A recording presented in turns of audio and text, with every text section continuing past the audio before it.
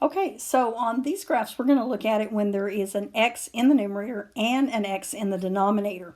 And so, again, we're going to start off with our asymptote. And again, in this case, x cannot equal a -2. So that would be our vertical asymptote. Okay, so we'll go ahead and get that drawn in. So at a -2. Okay, and let's go ahead and start a t-table, and let's see what things look like and see if we can figure out if we have us a horizontal asymptote. If so, where is it at? So we're going to just put in, I'm going to start with a -1. So we're going to have a -1 over a -1 plus 2. So that would give me a -1 over 1, which is a -1. So at a -1, I'm at a -1. Okay, let's put 0. So that would be 0 over 0 plus 2 would be 0 over 2, which is just 0. Okay, let's put a 1 in. 1 over 1 plus 2 would be 1/3. Okay, so at 1, I'm at 1/3. Okay, and let's go ahead with 2 then and see what we're going to get. That'd be 2. 2 plus 2 would be 2 over 4, or 1/2. So I'm going up. So at 2, I'm at 1/2. At 3, I'm at 3/5. That'd be 0.6. That's just a little bit above. Okay, and at 4, I'm at 4/6, which would be 2/3, which would be almost 0.7. So I'm here. Okay, and if you look at what's happening here, we could go on and put a bigger number. So maybe I put 10 in. Let's just show you. So if I did 10 over 10 plus 2, that's still 10/12. Okay, so that's only about 0.8 on there. So what's happening here is this is getting closer and closer to 1, but not crossing. So we're going to assume my asymptote then is at 1. Okay, now let's go see what happens on the other side real quick on there. So we need some other values. So if I put in, let's go 1 to -3.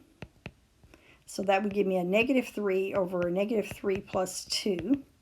-3 over a -1, which is 3. So at -3, I'm at 3. There we go. And let's go put another. Let's put a -4 in. So a -4 plus 2, just to see which direction it goes.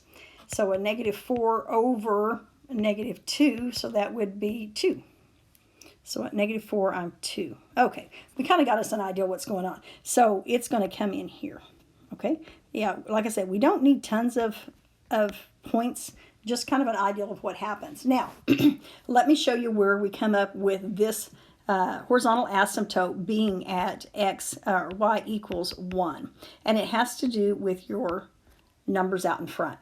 Okay, so if you have both of the x's to the first power, okay, you just divide your coefficients. Okay, so in this case, that's where the y comes from. So another example here. So if I had y equals, let's do 3x over x plus 1. Okay, so a couple of things.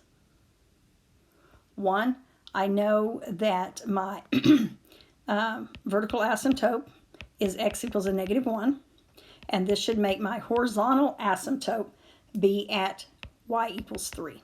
Okay, so I'm going to draw those in. Okay, -1. Whoops, wrong one. Sorry about that.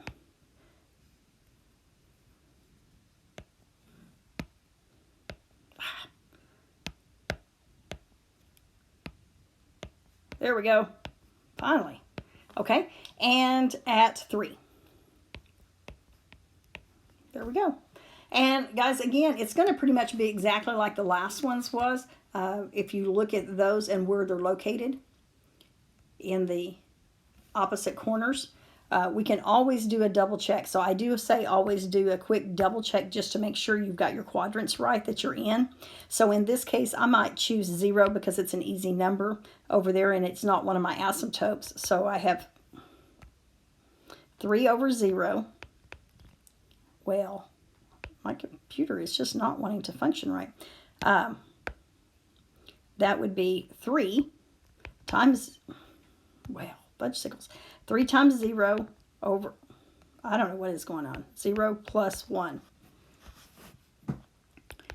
So that's going to be 0 over 1, which is just 0, right?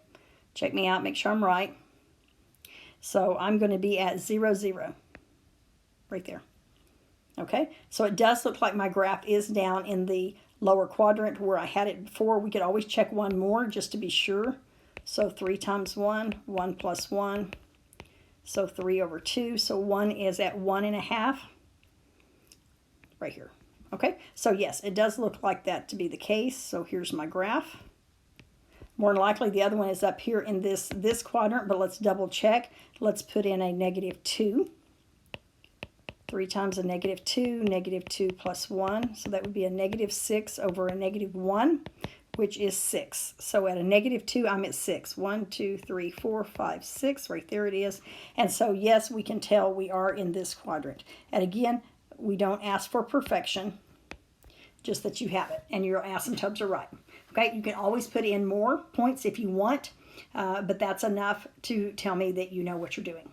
Okay, so that is, again, if you have an x in the numerator and an x in the denominator. So in this case, we have ax and then maybe bx. And so your horizontal asymptote, your x equals, okay, that's still going to be whatever your denominator cannot be in this case. And your other one, your y, is going to be a over b. So that's the one we're changing. Okay, a over b. You're just going to divide those two, and that's going to tell you what it is. Awesome. Okay, we'll be doing more, but not at this time.